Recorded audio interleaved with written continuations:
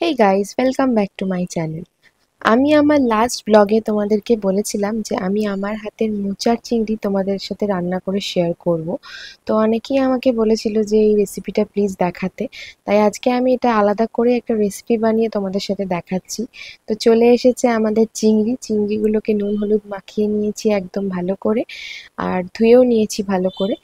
আর আমাদের কাছে আছে আজকে নারকেলটাকেও ভালোভাবে কুড়িয়ে নিয়েছি।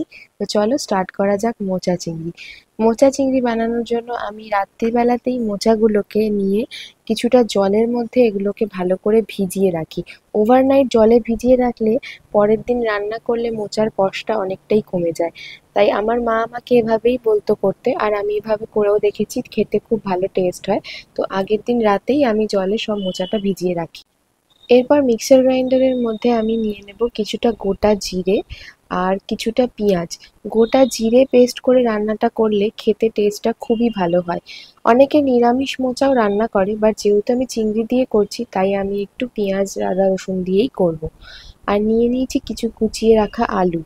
এবার প্রেসার কুকারের মধ্যে ওই রাত্রির বেলায় ভিজিয়ে রাখা মোচাটাকে পরের দিন আমি দিয়ে দেবো সিটির জন্য। তো রেডি করে নিয়েছি প্রেসার কুকারে সমস্ত কিছুটা দিয়ে।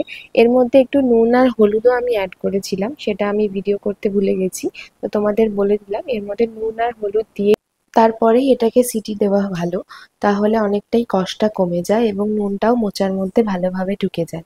তো 2 থেকে 3টে সিটি দেওয়ার পরেই হয়ে গেছে আমাদের মোচা সেদ্ধ। এরপর গ্যাস অন করে আমি এতে কড়াই বসিয়ে দিয়েছি। কড়াইয়ে দিয়ে দেবো তেল। তেলটাকে খুব ভালোভাবে নেড়েচেড়ে কড়াইয়ের গায়ে লাগিয়ে দেবো এবং ভালো করে গরম হতে দেবো। তেলটা গরম হলে এর মধ্যে আমরা চিংড়ি মাছগুলোকে দিয়ে অল্প করে ভেজে নেব। চিংড়ি মাছ খুব বেশি ভাজলে শক্ত হয়ে যায়, তাই চিংড়ি মাছটাকে হালকা করে উল্টে পাল্টে একটু ভেজে নিয়েই তুলে ফেলতে হবে। তো আমি কিছুক্ষণ ধরে চিংড়ি মাছটাকে হালকা করে ভেজে উল্টে পাল্টে তারপর তুলে নিয়েছি। এরপরে রান্নাটা আমি চিংড়ি মাছ ভাজা তেলের মধ্যেই করব, তাতে টেস্টটা ভালোই হয়। তো এর মধ্যে আমি দিয়ে দেবো কুচিয়ে রাখা আলুগুলোকে। আলুগুলোকে কিছুটা নেড়েচেড়ে ভেজে নিয়ে এর মধ্যে আমরা দিয়ে দেবো করে রাখা পেস্টটা। আলুর মধ্যে সমস্ত পেস্টটাকে ভালোভাবে দিয়ে নেওয়ার পরে খুব ভালো করে এই মশলাটাকে কষাতে হবে। মশলার গন্ধ যাতে একদম না থাকে ততক্ষণ অবধি মশলাটাকে কষাতে হবে যতক্ষণ না মশলা থেকে তেল বেরিয়ে আসছে। এর মধ্যে আমরা দিয়ে দেব কিছুটা আদা এবং রসুন বাটাও। যেহেতু আমি আদা আর রসুন পেঁয়াজের সাথে পেস্ট করিনি, তাই আমি আলাদা করে আদা আর রসুন পেস্টটা দেবো। তোমরা চাইলে একসাথেও বেটে নিতে পারো।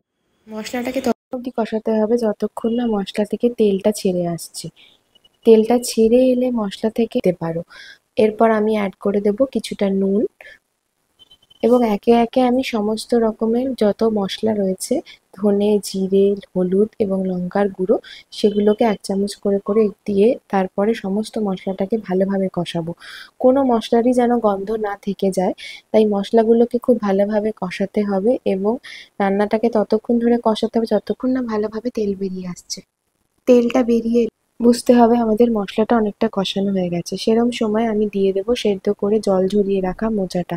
মোচাটাকে বের করে জলটা ঝরিয়ে কিছুক্ষণ রেখে দিয়েছিলাম। এরপর সেই মোচাটাকে দিয়ে এই মশলার সাথে আবার কিছুক্ষণ কষিয়ে নিতে হবে, যাতে মোচার সাথেও মশলাগুলো ভালোভাবে মিলে যায়। এবং একটুখানি কষিয়ে নেওয়ার পরে এই রান্নাটা আমরা ঢাকা দিয়ে একটু স্লো কুকে করব, যাতে আলুটাও সেদ্ধ হয়ে যায় এবং মশলার সাথে মোচা আলু সবকিছু ভালোভাবে সেদ্ধ হয়ে যায়।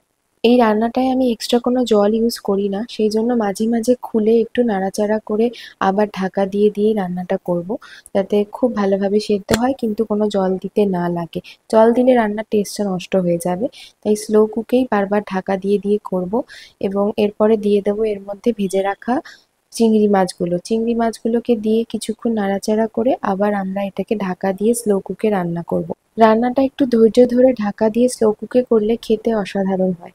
এরপর আমরা দিয়ে দেবো কুচিয়ে রাখা নারকেলটা।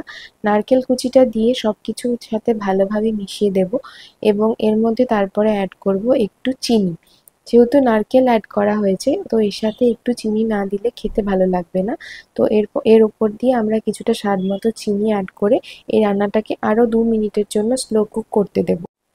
এরপর আমরা এতে অ্যাড করব একটু গরম মশলা আর 1 চামচ ঘিটা এখানে অপশনাল, যদি তোমরা স্কিপ করতে চাও তো স্কিপ করতে পারো। আমি যেহেতু রান্নাটা কম তেলেই করেছি, তাই ওপর থেকে আমি একটু ঘি অ্যাড করেছি। ঘিয়ের গন্ধে এই রান্নাটা খেতে খুবই ভালো লাগে। তো হয়ে গেল আমাদের মোচা চিংড়ি রেডি।